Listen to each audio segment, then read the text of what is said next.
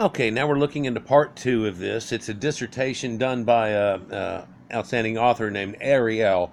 It's from back in 1867, and it's the second publishing of it. It's titled "The Negro: What is his ethnological status? Is he the progenitor of Ham? Is he descendant of Adam and Eve? Has he a soul, or is he a beast in God's nomenclature? What is the status affixed by God in creation, and what is his relation to the white race?" Now, if you haven't seen part one of this, I suggest you do, because we're all the way down on like page 10 right now, and we're getting into Ham, Shem, and Japheth. We're about to do the Hamites and continue from there. And so if you haven't seen it, if you go to the end of this, like click right to the very end of the video, it'll pop up two videos. The one on the left should be part one, back again, and part three on your right. And from each video going on, it should be part one in the left, part four in the right, and so on. And we don't plan on probably having more than 3 or 4 in this. Let's continue, and let me get down here. Oh, watch your eyes as I get to page 10. So we've done Ham and Shem, or Shem and Japheth, and we understand that they were always Caucasians. We're just trying to clarify here off of it. And it goes a little more in depth here, so I stopped there at the 30-minute video. So I continue. Now we take up the youngest brother, Ham, the evidence establishing the fact that he too and his descendants belong to the white race, with long straight hair, high forehead, high noses, and thin lips, if it is possible, still stronger than that of either of his brothers, if indeed anything can in human conception be stronger than that, which is of perfect strength. And if is true, then Ham cannot be the father of the Negro.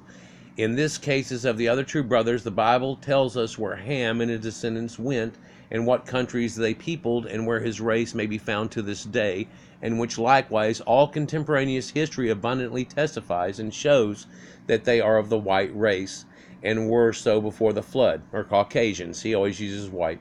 In form of the flood continues so, and yet continue to this present time, and none of them is of the Negro race of this day.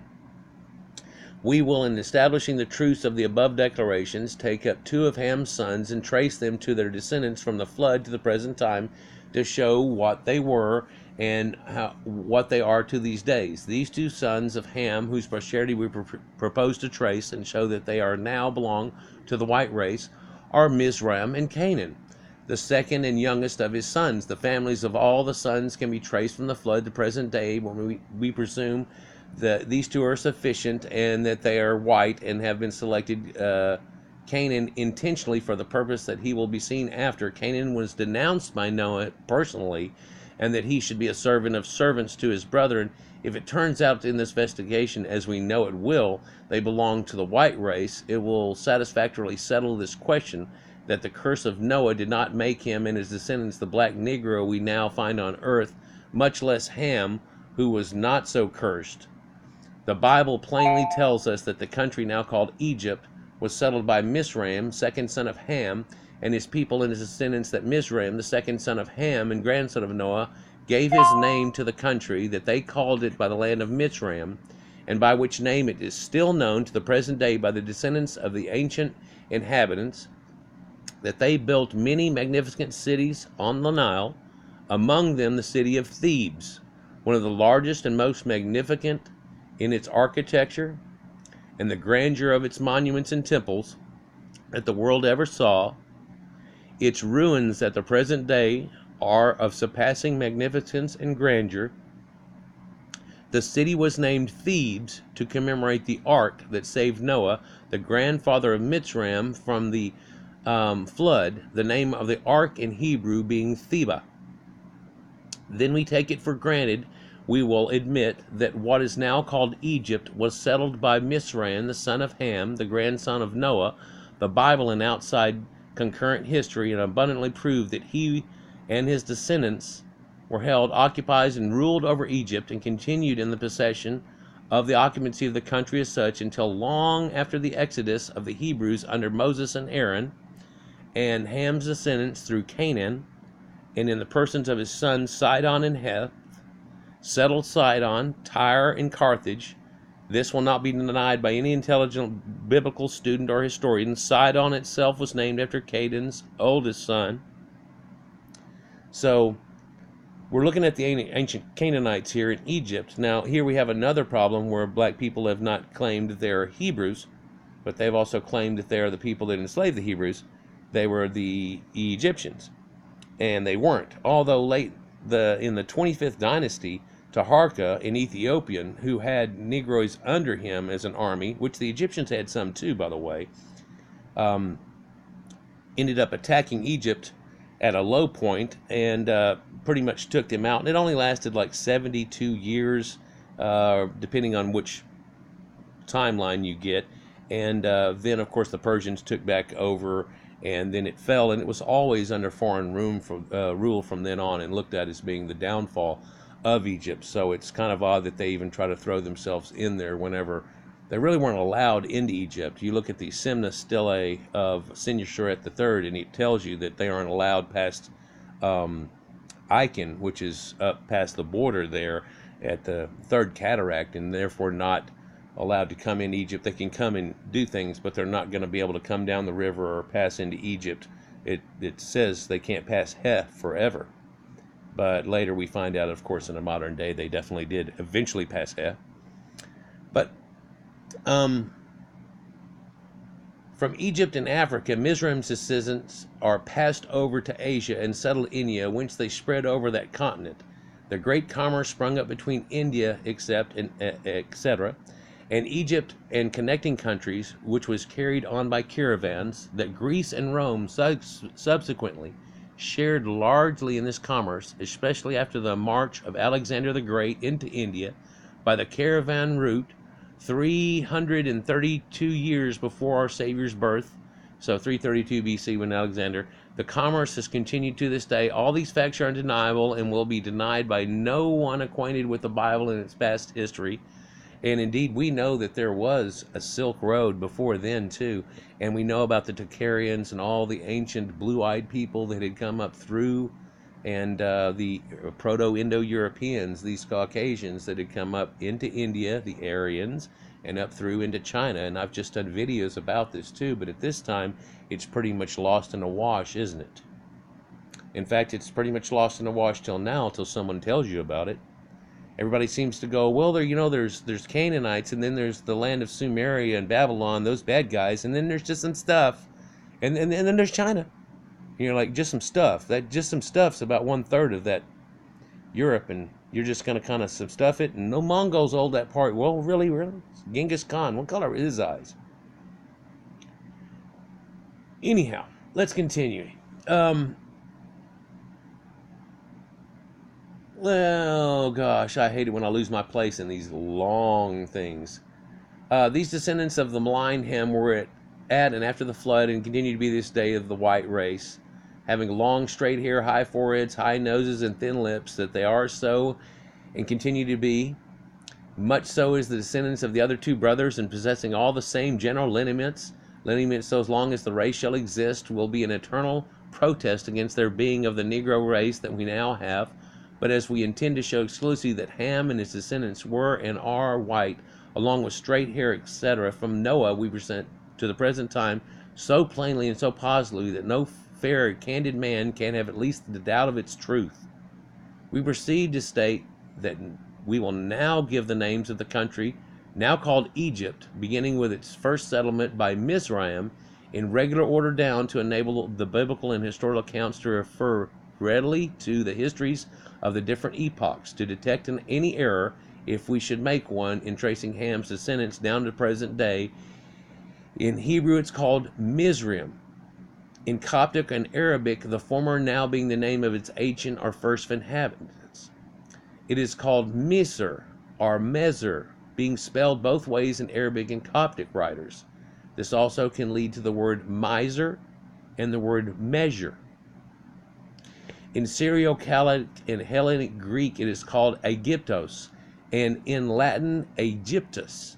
And many of the ancient Egyptian and Coptic writings, it is called Kimni. That is the land of Ham, and it is so called in the Bible. See Psalms 23rd, 22nd, and other places.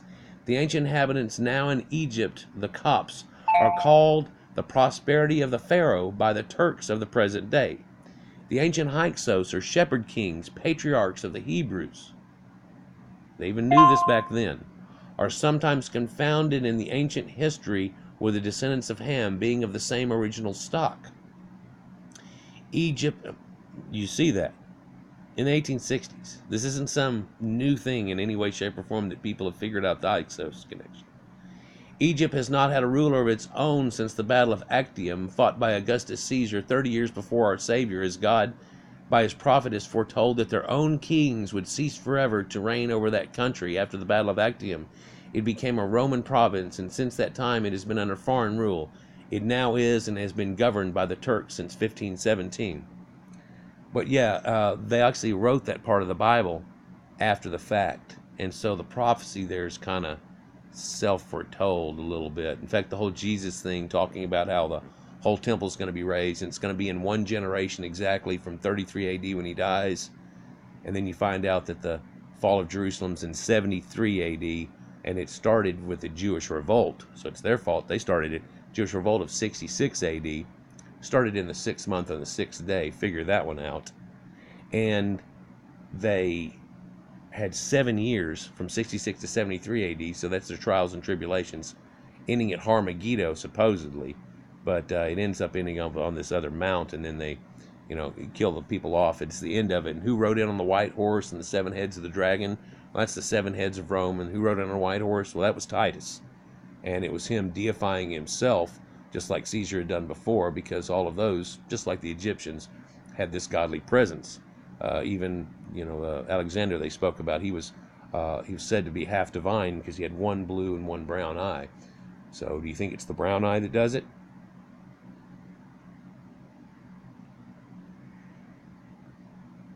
It appears Asiatic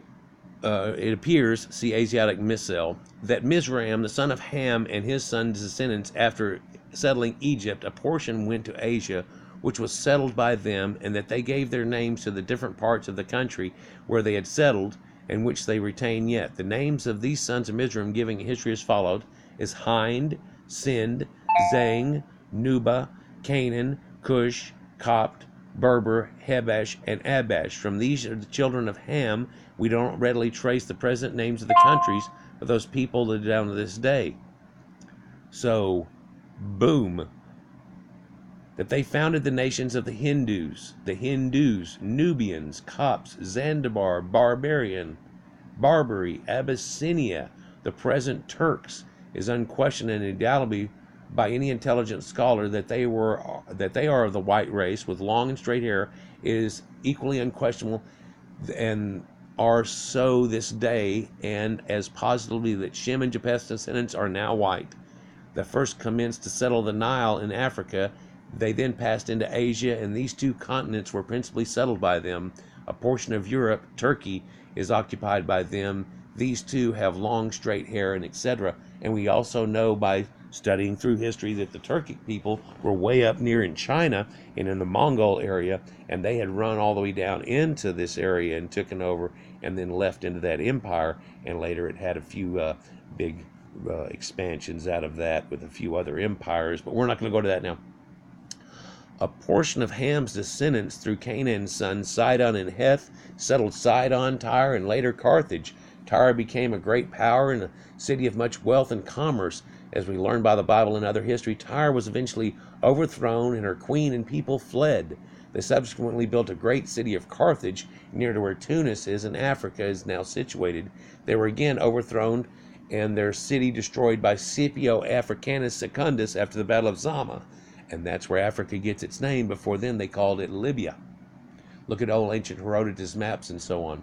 But during one of these sieges, the city being invested by the Romans, the people became hard-pressed for provisions to supply which they resolved on building some ships to run the blockade for the provisions. But after their ships were built, they had no ropes to rig them, nor anything within the city to make them. In this dilemma, the ladies, the women of Carthage, to their eternal honor be spoken, patriotically stepped forward and tendered their long hair, their long and beautiful tresses, to make the much-needed ropes, which was accepted, and supply of the provisions attained. Now how many of what sort of ropes would the kinky-head Negro have been able to furnish, had the inhabitants been Negroes. This act of the noble women of Carthage is mentioned to their honor by Babylonian, Persian, Egyptian, Grecian, Roman, and Carthaginian writers and historians, and yet have been stated by learned modern writers who ought to have known better. Even in the 1860s, they say this. Listen, that Hannibal, Hamilcar, Edrusar, and the great Carthaginian generals were kinky-headed Negroes.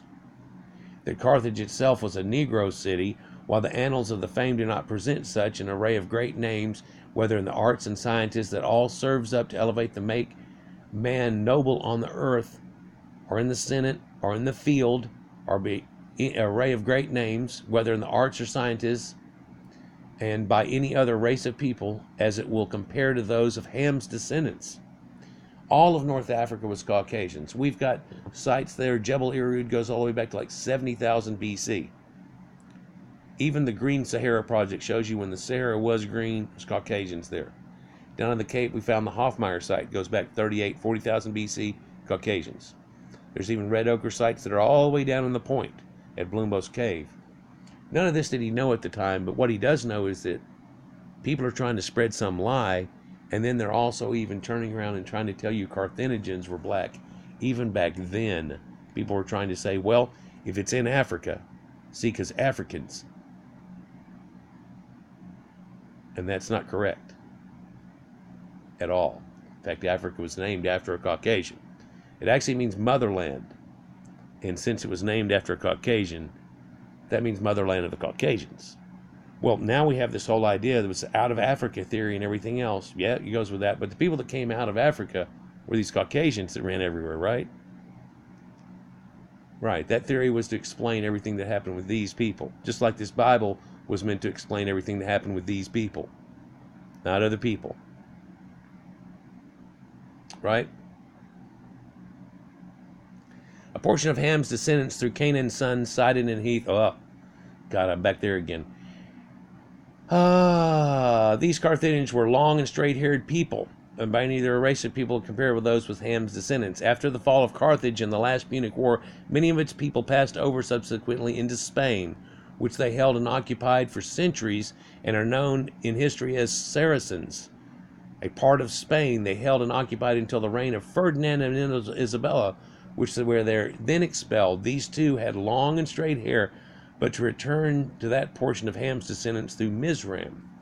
These settled Egypt, India, and China, most of all Oriental Asia, where they have continued to live and where they have yet to live, where they yet live, and not one of them is a Negro. They all have long, straight hair, particularly only to the white race, and not one Negro belongs to their race. That is their history, none will deny. Ham, the maligned and slandered Ham, who is falsely charged as being the father of the Negro, Ham, the son of the white man Noah, this Ham, and his descendants, the long and straight-haired race, it appears from history, from unquestioned history, governed and ruled the world from its early ages to after the flood, and for many centuries, and gave it to all the sorts of sciences, manufactures and commerce, geometry, astronomy, geography, architecture, letters, painting, music, etc., etc., and that they thus governed the world, and it were from the flood until they came in contact with the Roman people, and then their power was broken in contest for the mastery of the world at Carthage 147 years before A.D., and Carthage fell, but fell not for lack of talents in their people, not for lack of orators, statesmen, and generals for the most consummate abilities, but because God had long before determined that the Japhethic race should govern the world, and the Roman people were Japheth's children. When Hannibal, the most consummate general of the world over, saw this to this day, fought the battle of Zama, he met a fate similar to that which befell another equally consummate commander of later day on. On the field of Waterloo, both became exiles. So this is talking about Napoleon. That Ham's talents, abilities, genius, power, grandeur, glory should now be attempted to be stolen, and to be stolen not by the Negro, for he has neither genius or capacity for such a theft, but stolen by the learned men of this and the past ages, and thrust upon the Negro, who has not the capacity to understand when, where, or how he had ever performed such feats of legislation, statesmanship, government, arts of war, and in science. The Negro has been upon the earth coeval with the white race. We defy any historian, any learned man to put his finger on the history, the page, or even a paragraph of history showing he has ever done one of these things that is thus done by the children of Ham, or that he has shown in this long range of time a capacity for self-government, such as these things done by the children of Ham, or that he has shown in this long range of time a capacity for self-government, and ever done of Ham, Shem, and Japheth. If he has done anything on earth in any age of the world since he has been here, as has been done by these three sons of Noah in arts, sciences, government, etc., it surely can be shown, and shown equally as clear and unequivocally when and where he did it, as that of Shem, Ham, and Japheth can. But such a showing can never be made. That page of history has never been written that records it. On these subjects, his history is a blank, and that of the horse or the beaver.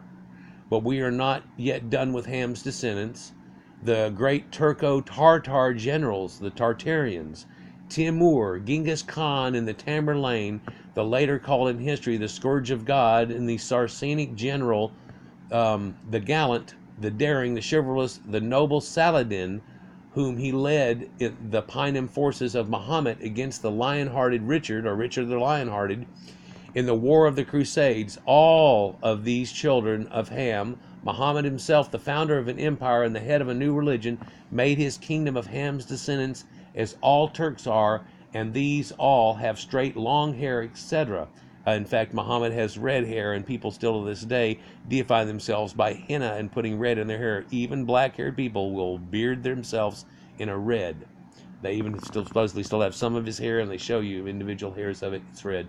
Anyhow, those who have read the various histories of the Crusades of the 11th and 12th centuries know that the Turkish forces then had long straight hair, etc., and that it is yet to with their descendants no doubt, and these children were of Ham.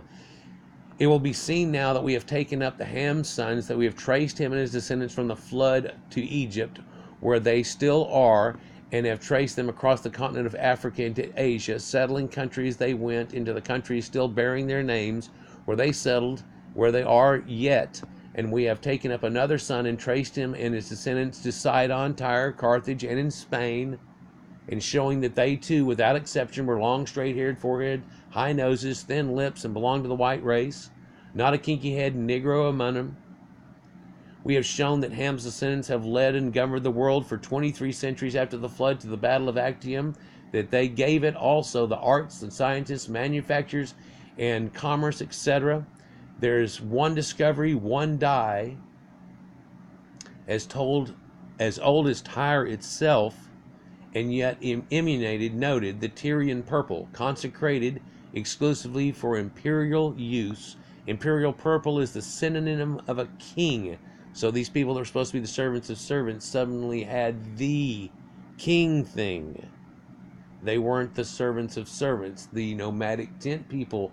It comes out a lot different than the way the Bible said it was, and they try to force it into it, and it still this day has not turned out to be that, and it won't ever be that. That's not the truth. That's not the way it went. He told you a minute ago how it went.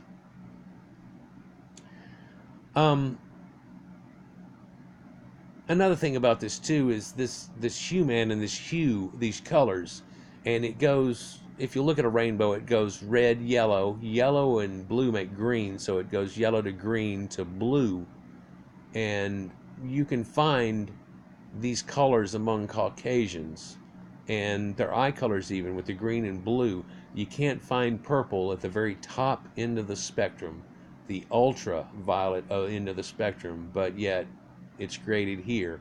And what it is, oddly, is the bottom of the spectrum red and the top of the spectrum blue, and red and blue make purple. Right? Let's just continue. Where are we?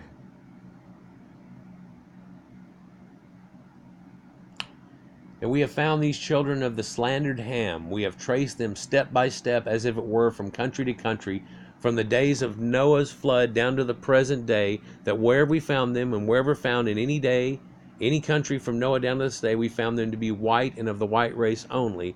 And we now challenge the production of a single history or a single paragraph of history showing one nation, one single nation or kingdom of kinky-headed, flat-nosed, black-lipped, black-skinned Negroes that made such discoveries in arts and scientists, built such cities, had such rulers, kings, legislatures, such generals, such commerce, such manufacturers as Mizraim's people on the Nile, or Ham's children in Tyre, Carthage, or in Spain, shows us that they had. We defy its production, but we defy its production. We were not yet done with our proofs about Ham and his descendants being white. And sure, they found places like Titchetwalata and Mali and so on, but the Mali Empire was started by Queen Tenhanan, and she's a Berber, and so on. And a lot of these places can't date back to before there was actually human contact. Nothing real great going on, and then after then, and then giving thousands of years now, and even an example to go by, it still never happened naturally to them. It seems as if God, foreseeing the slander that would in after ages be put, or attempted to be put, on his son Ham, by ignorant or designing men attempting to show that he was the progenitor of the Negro races, directed Mizraim, the second son of Ham, by an interposition of his power and providence, or by direct inspiration, to put away his dead by a process of embalming, the mummification, the deals of which for the accomplishment of the object can be regarded as little, if anything, short of being miraculous, and by which we can now look into the faces of the children of Mizraim, male and female, even to this day, in succeeding generations, and from the flood, which can now not be done with the children of Shem and Japheth. About those identity with the white race, no controversy has ever existed. Oh yeah, well now they try to say we was Egyptians. It was this fact that caused us to say that the testimony establishing Ham's identity as belonging to the white race was stronger, if possible, than that of either of his brothers. God foreseeing, as we have said, this atrocious slander would be put on Ham and his posterity, so directed Mizraim, and once inspired in his mind, from that the first, he appeared to be fully acquainted with all the necessary ingredients and how to use them, and once inspired, what proportions and how many days were to be consumed to perfect the corpse, that it would be incorruptible, and by then become forever a testimony of God for Ham, that should speak to the eyes and senses of all men in after ages, and proclaiming, as they do to this day, from the very time of the flood and through each successive generation from the flood, that their ancestor Ham and they of his descendants were like children of the other brothers, they equal in all the lineaments that stamp the race of Adam with the image and likeness of the Almighty, and belonging to the white race. And I don't know, you've seen a few videos I have, and of course the white God one and so on, and blue-eyed gods, and it shows these pale Caucasians, and ginger, the earliest mummy, I just did a video that shows it, is this pale blonde-haired man. And while the Egyptians wore a lot of wigs and they shaved their heads, they seem to be buried out there in their common burial places with redheads in one area, blondes in another, brunettes and so on in another. And the reason that this is really kept hush-hush is that the current occupants don't have any of these traits. And it might explain somewhat why. Anyhow, getting close to the end of this one, but let's finish this. At least this paragraph I'm saying. That these mummified witnesses of Ham, his dead children, speaking from the tombs of ages for their father, and proclaiming from these days of the flood, as they do, by each succeeding generation of his buried ones, down to the present day, and protesting by their long straight hair, their high foreheads, their high noses, by their thin lips, now hushed in the silence forever, that the slander that their father was the progenitor of the Negro was a slander most foul, a slander most infamous. Might their indignant bodies be so aroused, well might Ham's children, who have been slumbering for centuries, be so electrified by these foul aspersions as to burst their sarcophagi and tear the sacraments of the grave and this foul calumny from their faces at one of the same time forever. He's actually saying, let the mummies come up out of the ground and prove it to you. It looks as if God intended by this overruling and inspiring of Mitzrayim to embalm his dead, to teach us a lesson that there was an importance in being of the white race, to be attached to it, of grandeur proportions, of nobler values than of any earthly or filial or paternal affections that can be symbolized by it. Millions of these mummified bodies have been exhumed this century, but not one Negro has been found among them. And he's telling you that in the 1860s, right? Right? Of course, there was one found eventually with King Tut, and that's after this. And King Tut's castrated eunuch fan bearer, Menkaure. And he has his own Book of the Dead. But in his Book of the Dead, instead of being a tan man with pale people and pale gods, he's a black man with other tan people and pale gods. So it shows you the difference of the two. What value do you place on this testimony prepared and ordained by God himself, and his testimony to the worth of the white race? The writer of this has seen many of these mummies, but never a Negro. He has assisted in unrolling some, and all that had straight, long hair. It was his fortune, as it happened, to assist in unrolling the body of one possessing peculiar interest.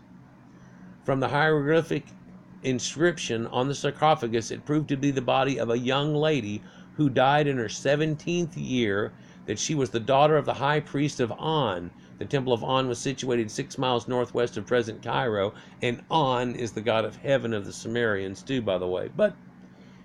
And that she was an attendant of the princess of the court of the king of Thutmosis III. The king recognized and believed to be that of the Pharaoh under whom Moses and Aaron brought the children of Israel out of Egypt. And you know, people used to be able to get mummies back then. They would have unwrapping parties, right? I've already explained this in videos and stuff, and they would do these things. It was kind of neat. Well, he's telling you that he's been witness to this right in front of him, and a person that's from this era. This king is recognized and believed to be that of Pharaoh, under whom Moses and Aaron brought the children out of Israel from Egypt. This mummy we assisted in unrolling. The inner wrapping next to the skin was that of what we now call fine linen cambric. When this was removed, the hair and the head looked as though it had but recently been done up. It was in hundreds of very small plates, 3-ply, so braided in small braidlets, and each from a yard to a yard and a quarter long. And though she had been buried 3,338 years, her hair had the apparent freshness as if it had been dead only a few days or weeks. The face, ears, neck, and bosom were gilded, and so were her hands above the wrists. She had bracelets, and her feet above the anklets. She had been the perfect manner of her embalmment. To this flesh retained its roundness and fullness remarkably, with fine teeth, beautiful mouth, and every mark by which we could at this day recognize her as a beautiful lady of the white race. Without disparagement to our fair countrywomen, we can say with a more beautiful hand, ankle, and foot we never beheld. So he's like, no, I don't want to piss off women nowadays, but you're looking at something that's 3,300 year old, and if you could imagine how beautiful it looks to the eyes there, that when this person was alive, these people were quite elegant people. And I think we're going to stop right there, guys, and we'll continue on the next set. Again, if you want to go to the next one, it should be popping up on your right-hand side. The first one is over on your left. Like, share, and subscribe, and enjoy. Peace.